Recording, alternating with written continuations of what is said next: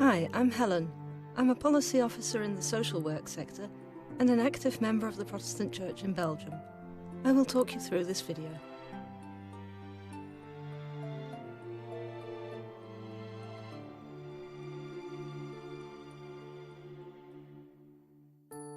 You may wonder why this effort for an ecumenical dialogue between the churches of Latin America and Europe on globalization was made in several encounters back and forth over the Atlantic Ocean. Moderators for this dialogue are the Anglican Bishop Julio Murray from Panama, as president of the Latin American Council of Churches, and the Reverend Ulrich Müller from Germany for the Conference of European Churches. They met in Brussels in December 2012 to conclude the joint venture, and they will explain. This dialogue was started as a response to the assembly of the World Council of Churches that happened in Puerto Alegre. The response was to the theme that was being dealt with, globalization, a theme that was so controversial. There were severe arguments between the churches, specifically from the South to the European churches, because they felt that we were not committed enough, not straight to the point enough in criticizing the negative effects of globalization. And we had the feeling they put us into a corner where we didn't felt to be. Over the past century of ecumenical movement, so much has changed. Many churches from all over the world have joined, from many different social and political backgrounds. Even when they all speak English, there seems to be a totally Babylonian confusion. So the Conference of European Churches took the initiative to engage into a cross-continent dialogue with those who were the most critical to us Europeans, and that were the Latin Americans. We started with the understanding that we were building trust among ourselves first. And building that trust meant that we were not only going to listen with our ears and dialogue with our mouth, but that we were going to listen with all our body and create a safe space. But that was not easy.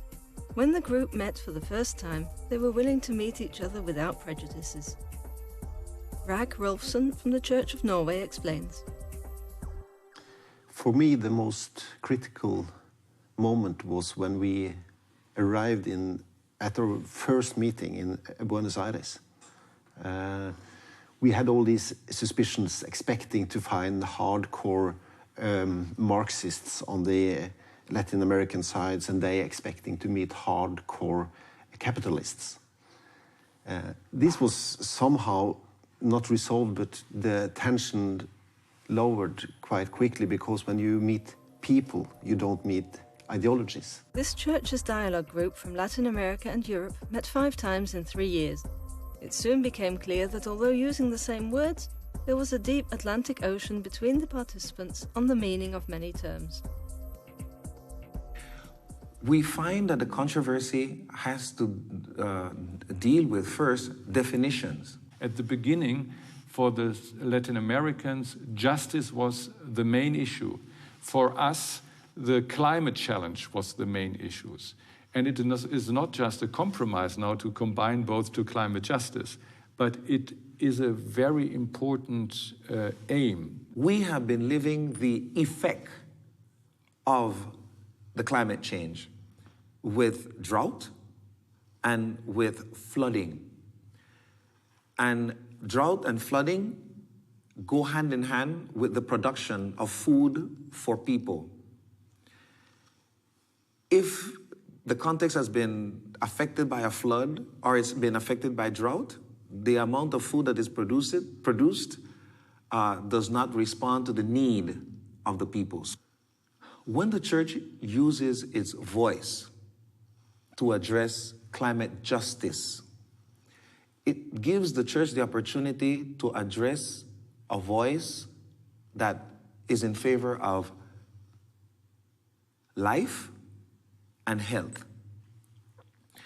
Climate justice is not only the relationship with environment, it's the issue of justice. Many churches in Europe are engaged in actions on globalization and climate change. For instance, the German churches and their youth groups are influencing their governments effectively.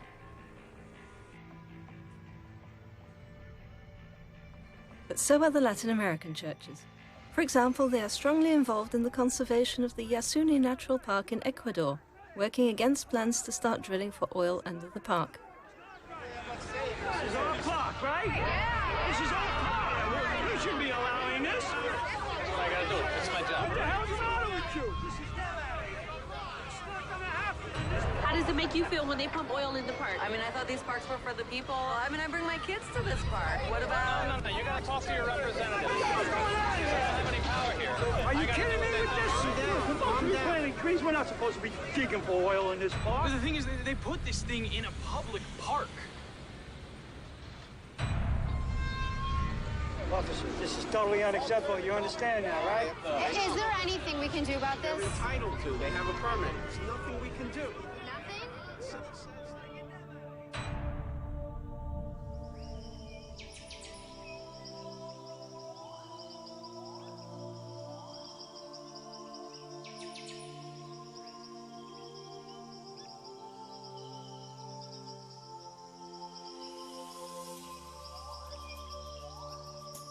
The next controversy that we also understood that could happen is how there is an impact. What are the impact results of globalization? In Latin America, many people experience that globalization from a distance where they don't have a say or an influence in what is happening. May I give an example of what globalization represents for Latin America? It has a tremendous impact on the class, in which the middle class that once existed is now disappearing or disappeared, making the gap between the rich class and the poor class even wider. When we now ourselves go through this financial crisis, I think it's important that the Europeans themselves go in and look critically upon the system that has generated this crisis. And I think that the European churches can play an important part in this. And Rob van Drimmelen, General Secretary of APRODEV, an ecumenical network of European development organizations, was also there. He puts it very bluntly. Globalization is a two-edged sword. In the past, during the colonial times, the poor were exploited by the rich. And now you see in our time of globalization, they are more excluded from the processes. And I don't know what is worse. At least when you are exploited, you exist. When you exclude, you don't exist at all. Although the churches and society in Europe are starting to be very eco-minded, it seems that the question has to be raised about the enthusiasm for bioenergy. The production that is coming from Latin America in terms of food is not necessarily to feed the people, but to be converted into clean fuel. Big corporations are buying huge amounts of fertile land, and mostly the idea is to grow agro-energy crops on it.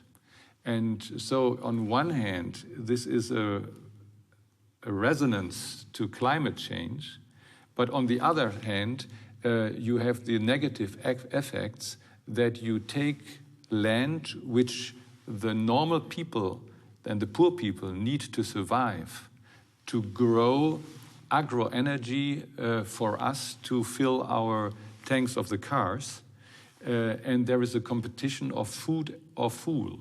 It is also a call to the government that it is not only important for economic growth, but it's also important to make sure that there is a sustained system of producing food for the people. All this leads up to the most controversial word used in the General Assembly of the World Council of Churches in 2006, the word empire. In Europe, this seemed not relevant at all, but in the Latin American churches, it had a connotation of relationship of power that was imposed, not the power that is there to serve. They felt very much that the cause of the problems of their poverty, of their oppression, of all the problems they suffer, is rooted in a system of domination by the powers, be it state powers, mainly the US, be it transnational corporations, be it military complex, and that all this together was seen as being symbolized in the word of empire. And so that, so to say, the beast of the evil was incorporated in that system where, as the dominating power, the US stands, and where they say, and the Europeans are just the vassals of it. It is very interesting from the Hungarian perspective, because we have two different experiences from the empire. One is during the socialist system, and I was 18 when the communist system collapsed, because empire before the political change meant a special political pressure and oppression and very much lack of freedom in many ways. And after the political change, we had a very different understanding and very different experience after about the empire. And it is very much related to the capital and the capitalist system. Apparently, under the term empire lies the question, what is the role of the state? A lot of clarification was needed on both sides. But first, let us leave the conference centre and have a drink.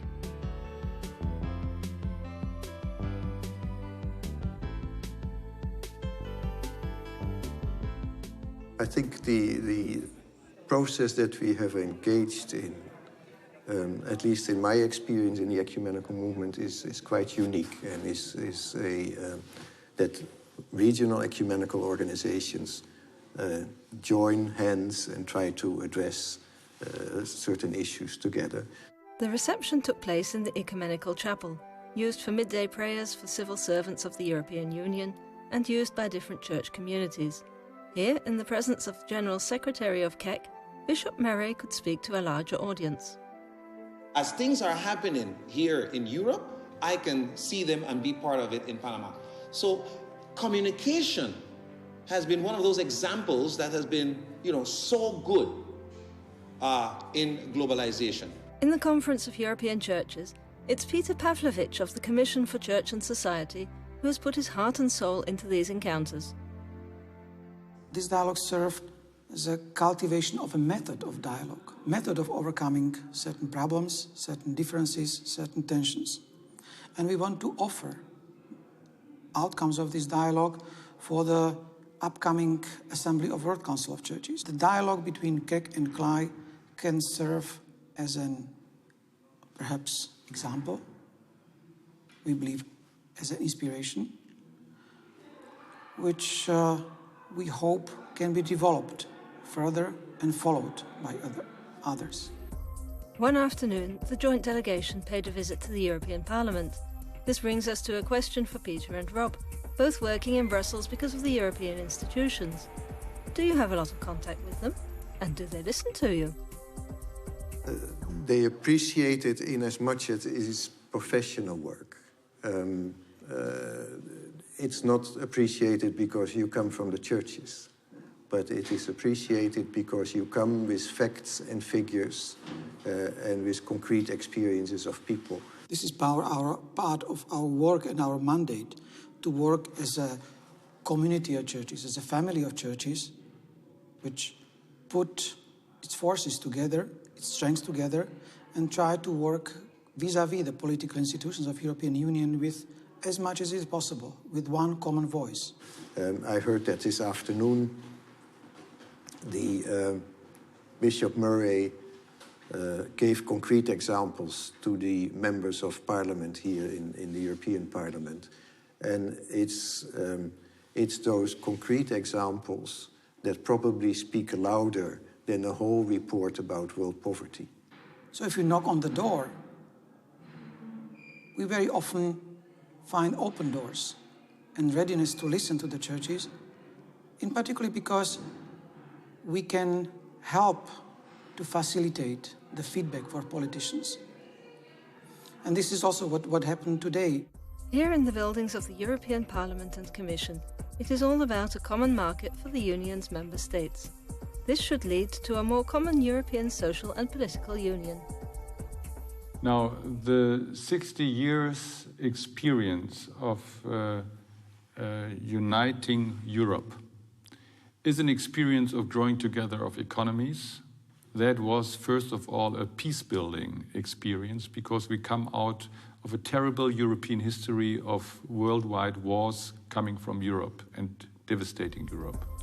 The dialogue was an opportunity to discuss the criteria for a good functioning market which responds to social and environmental concerns. The concept of the word market.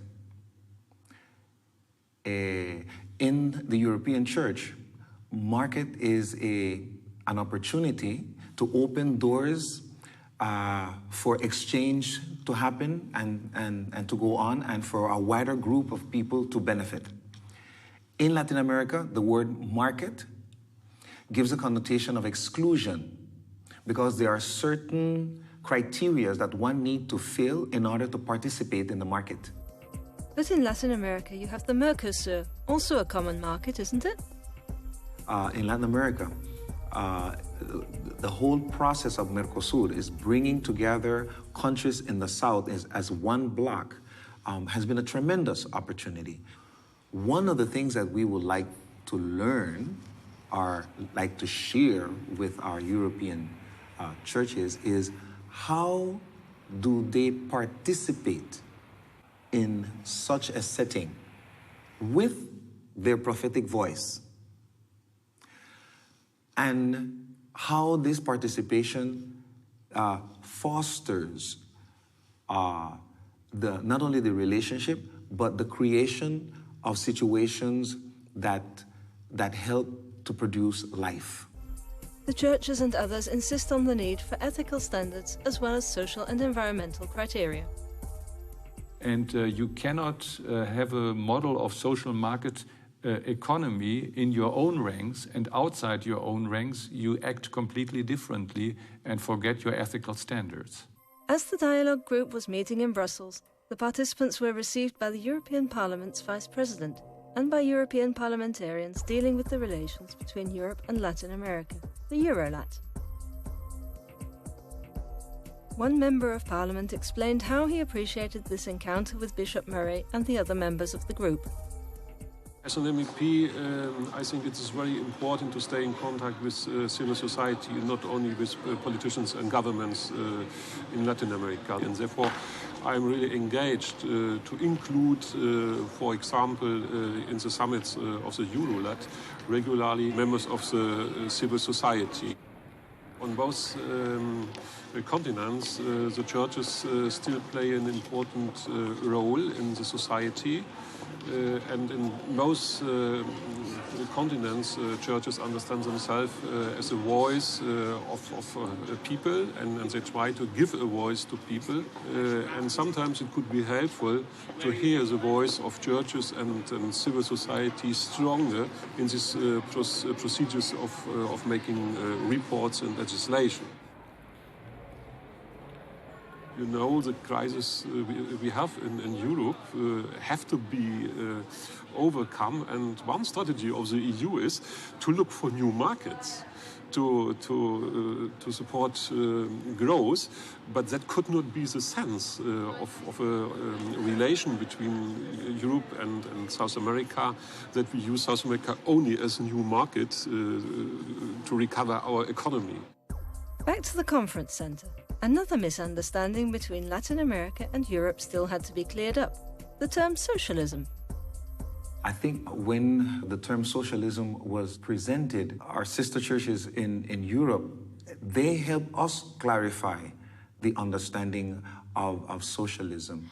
Yes, actually, this was our specific contribution from Eastern and Central Europe to the dialogue, that we could show a historical experience of socialism to the Latin Americans. And we could show that socialism meant, in a way, it meant a kind of equality to the people. But it was not very simple, but it was accompanied by oppression, by a lot of pain and lack of freedom, and by prison camps. So it was a very difficult time. When we met in Budapest, we showed to the Latin Americans the House of Terror. And this is a kind of museum which shows all the sufferings of the socialist era. And it was shocking for the Latin Americans, because this is not the kind of socialist system that they picture for themselves. And I thought that was very, very useful, related to the new opportunities that were there for countries that lived in socialism, to now have an opportunity to experience a more participatory type of relationship with politics, using democratic systems. After the system change, we had very high expectations. It was a lot of happiness and joy that, it is what a good experience to overcome this socialist system. We have never believed that it would end and it would change. And when it changed, everybody thought that it would bring a lot of good experiences, a lot of development, and real freedom to the country. When we use the term socialism in Latin America, it brings me to the opportunity to introduce another term given by our indigenous groups in the context, which is of good living. Good living means that everybody has access to all that they need for life. Not that some will have more or some will have less, but that everybody will have access. It is the concept of enough for everybody. And that brought the participants to discuss the role of the state in society. The moment of change, from my perspective, came when we were in Oslo. They met a functioning welfare state, which enables to mix the market economy and the role of the state. At the Oslo meeting, I think that's where we had the opportunity to really get a better understanding of the social democratic system and the way it works. And that was very helpful for us. We agreed to include in our text not only what we agreed upon, but also our disagreements. And that, in a way, opened the space to be honest and to say what you think. Well, I understand that churches are part of civil society, but do people who believe in God have to deal with all these global questions? What does all this have to do with faith? Churches are called upon to share the good news from the Bible. And in John 10:10, Jesus presents himself and says, I have come so that you will have life and life abundant. And it is also in the church history always that the calling of the church is to stay where the people are and to give the promise of God and to work for justice and peace. We have seen in the practices that human beings have not been very responsible in working side by side with the Jesus mandate of good stewardship of the creation that will enable us to have access to life and life abundant. It's a matter of stewardship. It's a matter of being responsible to the creation and, the way we take care of it or not. Meanwhile, it's late in the evening, and I still want to ask Rob and Peter the same question. What does all this have to do with faith, with belief in God? Churches and Christians have to live their faith. It is not enough if they remain with their faith locked in the small rooms. They have to be part of community, be it family, be it church, be it nations, be it community of nations. This is where church and life are connected. And this is why how our faith needs to be. It's a living faith, not isolated from the world we are living in. God became incarnate in Christ to share the human condition with us. And the Lord's Prayer that was taught to us by Jesus is about both material life and spiritual life. It is about forgiveness of debts, and it's about our daily bread.